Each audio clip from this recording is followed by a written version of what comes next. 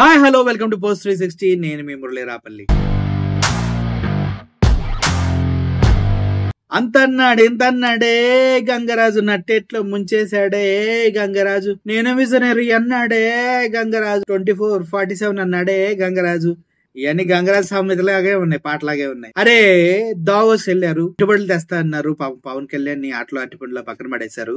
పిల్ల సైనికులారా ఒకసారి ఈ వీడియోని చూడండి. పక్కన పడేశారు. అభివృద్ధి పదంలో నడిపించడానికి, రాష్ట్రాన్ని అంచెలంచెలుగా పెంచడానికి, కోట్లు వేల కోట్లు ఫండ్స్ రాష్ట్రానికి తీసుకురావడానికి తండ్రి కొడుకులు ఇద్దరు దావోస్ వెళ్ళటం జరిగింది. వెళ్ళినదే తడువుగా మీటింగుల మీద మీటింగులు. అంటే బుక్ రాజ్యాంగం గురించి లోకేష్ గారు మాట్లాడతాడు. అసలు సీఎం అవ్వాల్సిన క్వాలిఫికేషన్ ఓన్లీ లోకేష్ బాబుకే ఉంది. అతను క్వాలిఫైడ్ పర్సన్ అసలు టీడీపీలోనే లేడు. అసలు ఈ పంచాయతీ అంతా దేని గురించి రా అంటే, మీరు వెళ్ళింది దేనికి రాష్ట్రానికి ఏదైనా మంచి చేద్దామని వెళ్ళారు. అందులో పవన్ కళ్యాణ్ అవసరం లేదా? నేను డైరెక్ట్ గా అడుగుతున్నా, పవన్ కళ్యాణ్ అవసరం లేదా? పవన్ కళ్యాణ్ కేవలం లోకల్ గానే అవసరమా?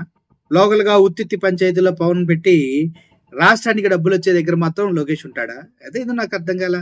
సరే, ఇదంతా పనికి మాలిన పిల్ల సైనికులు చూసుకుంటారు. వాళ్ళకి ఏం అర్థం అవుతుందో ఏందో నాకేం అర్థం కావట్లా. ఈ పరిస్థితి ఏందో మీకు కూడా అర్థం కావట్లేదు రాస్తుంది. సో ఈ పిల్ల పంచాయతీలు పక్కన పెట్టేస్తే, అక్కడికి వెళ్ళి చంద్రబాబు నాయుడు గారు ఏ ప్రాజెక్టుల గురించి మాట్లాడుతున్నారండి?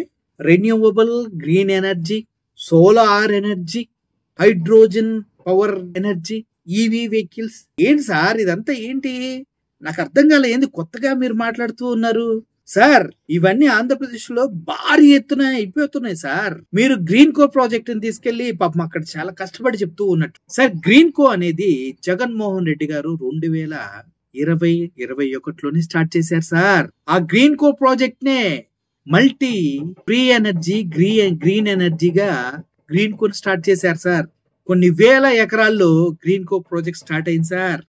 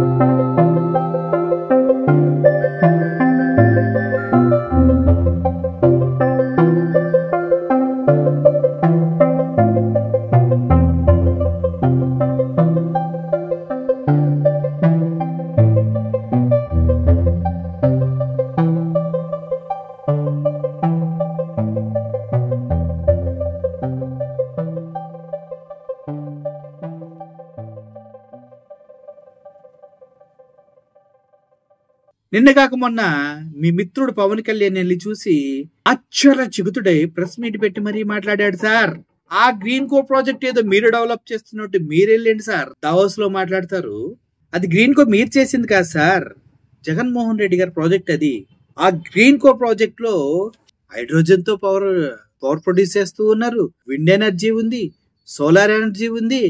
ఎన్ని విధాలైతే గ్రీన్ ఎనర్జీ పర్యావరణానికి ఇబ్బంది కలగకుండా ఎన్ని విధాలుగా కరెంటు ప్రొడ్యూస్ చేయాలో అన్ని విధాల కరెంటు ప్రొడ్యూస్ చేసే పద్ధతులన్నీ అక్కడ ఉన్నాయి సార్. దేశంలోనే మొట్టమొదటి renewable green energy project green కోని జగన్మోహన్ రెడ్డి 2021లోనే స్టార్ట్ చేశాడు సార్.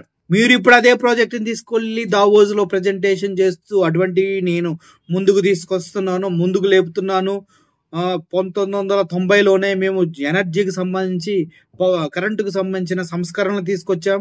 అప్పుడు నన్ను అంతా బెదిరించారు. ఇలాంటి మంచి జనాలకి మంచి చేస్తే అధికారం ఉండదు అనేసి భయపెట్టారు. అయినా కూడా నేను భయపడే వ్యక్తిని కాదు. అసలు అప్పటి నుంచే నేను తర్వాత ఎలక్షన్ లో ఓడిపోయామనుకోండి, మంచి చేస్తే ఓడిపోతావు అంటూ మాట్లాడతారేంటి సార్? నాకు అర్థం కాదు. అంత నిజంగా ముందు చూపుండి నిజంగా ఎలక్ట్రిక్ పవర్ జనరేట్ చేసే సత్తా సామర్థ్యాన్ని మీరు ఆంధ్రప్రదేశ్ లో ఎస్టాబ్లిష్ చేస్తే ఇప్పుడు కరెంటు బిల్లులు ఎందుకు పెంచుతున్నారు మీరు? ఇప్పుడు ఎందుకు పెంచావయ్యా ఈ ఇయర్ లో? మీరు ఎలక్షన్ లో గెలిచిన తర్వాత ఎందుకు పెంచావు? ఎలక్షన్స్ ముందు ఏం చెప్పావు? రూపాయి కూడా పెంచనని చెప్పి ఇప్పుడు ఎందుకు పెంచావు? అంత ముందు చూపున్న వ్యక్తి అయితే రేపేం జరుగుతుందో నీకు తెలియదు. ఎలక్షన్ ముందు చెప్పిన మాటలు ఎలక్షన్ తర్వాత 4 నెలలకు లేవు. నీకు రెన్యూవబుల్ గ్రీన్ ఎనర్జీని నువ్వు సృష్టించావు. రెన్యూవబుల్ గ్రీన్ ఎనర్జీ గురించి నీకు ముందే తెలుసు.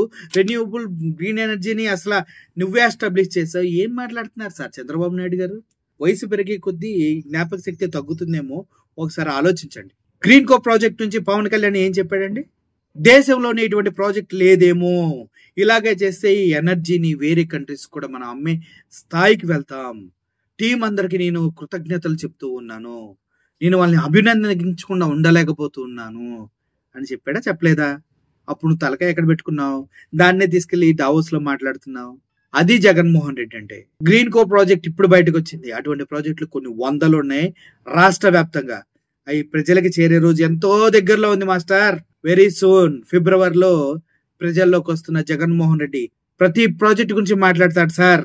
గ్రీన్ ఎనర్జీ ఒకటే కాదు సార్, ఉద్దానం కిడ్నీ బాధితులకి ఎలా హెల్ప్ చేశాడో, ఆ ప్రాజెక్ట్ ఎలా నిర్మించారో, దానికి ఉన్న కష్టాలేంటో, ఎన్ని కేసుల నుంచి బయటకు తీసుకొచ్చి భూమిని ఆ ప్రాజెక్ట్ కట్టారో చెప్తారు సార్. 200 పడకల ఆసుపత్రులు ఎన్నో కట్టారు సార్. పోర్టులు నిర్మిస్తున్నారు సార్. ప్రజలకి ఎక్కడ తాగునీరు లేదో అక్కడ తాగునీరు అందిస్తున్నారు సార్. ఇవన్నిటినీ జగన్మోహన్ రెడ్డి తీసుకొస్తాడు సార్. మళ్ళీ ఆర్బీఐ సెంటర్లు వస్తాయి సార్, మళ్ళీ సచివాలయాలు వస్తాయి, మళ్ళీ వాలంటీర్ వ్యవస్థ వస్తుంది, మళ్ళీ అన్నిటి గురించి మాట్లాడతారు జగన్మోహన్ రెడ్డి. రాబోయే రోజుల్లో మీకు చాలా ప్రమాదం పొంచి ఉంది సార్. ఎందుకంటే మొన్న జగన్మోహన్ రెడ్డి ఎంతో కష్టపడి తెచ్చిన ప్రాజెక్టుని వైజాగ్ లో మళ్ళీ మీరు రీఓపెన్ చేయించారు కదా మోడీ గారిని పిలిచి. అది మేము తట్టుకోలేకపోతున్నాం సార్. కష్టం జగన్మోహన్ రెడ్డిది, మీరేమో పేరు కొట్టేసే ప్రయత్నం ఎంత బాగా చేస్తున్నారు సార్.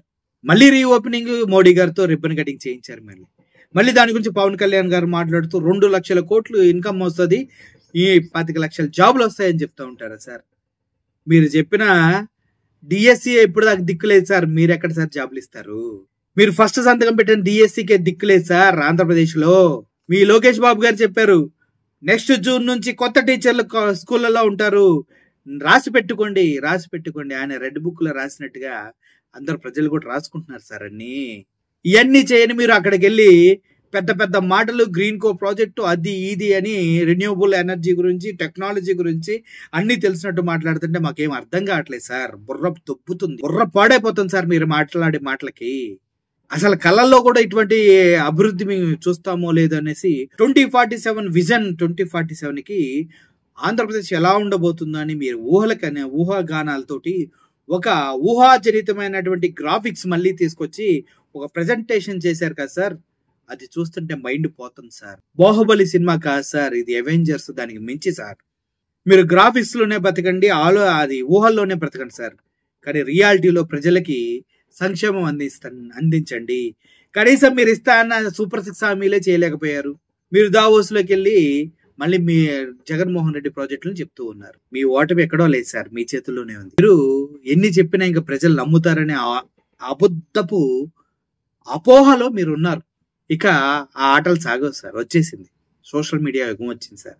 నిజాలు చాలా త్వరగా ప్రజల్లోకి వెళ్తాయి. వాళ్ళు నమ్మేదాకా మీరు చెప్తారు మీ మీడియాతోటి, ఎల్లో మీడియాతోటి, కానీ నమ్మకుండా చేసే దమ్ము సోషల్ మీడియాకు ఉంది సార్. రాబోయే 2 సంవత్సరాల్లో సోషల్ మీడియా ప్రపంచనాన్ని తట్టుకునే దమ్ము, శక్తి ఎవరికి లేదు సార్. నిజాలు గ్రహిస్తారు, విత్ ప్రూఫ్స్ తో చెప్తారు కాబట్టి. సో ఇప్పుడు మీరు చేసిన అబద్ధ సూపర్ 6లు చివరికి ఆరోగ్యశ్రీని కూడా తీసి పడేశారు. ఇంత దారుణమైన రాజకీయాలు మేము చూడలేదు. ఘోరంగా మొన్న అమిత్ షా వచ్చి చెప్పాడు, 3 లక్షల కోట్లు ఈ 6 నెలల్లో ఇచ్చాము ఆంధ్రప్రదేశ్ కి అనేసి. అది ఏం చేశారో తెలియదు సార్. మీరు 1,30,000 కోట్లు మీరు పర్సనల్ గా అప్పు చేశారు సార్. ఏమైందో తెలియదు సార్. ఇంకా 1,00,000 కోట్ల రూపాయలు ఆంధ్రప్రదేశ్ ఇన్కమ్ జనరేట్ అయింది సార్. అదేమైందో తెలియదు సార్. మొత్తం 5,30,000 కోట్లు 6 నెలల్లో ఖర్చు చేశారు సార్. మీరు ఎంప్లాయీస్ కి జీతాలు ఇవ్వట్లేదు, సంక్షేమం సూపర్ 6 ప్రజల్లోకి తీసుకెళ్ళట్లేదు, అసలు ఇవ్వట్లేదు. గ్యాస్ సిలిండర్ కేవలం 800 కోట్లు ఇచ్చారు. ఇంకెక్కడ సార్ అభివృద్ధి?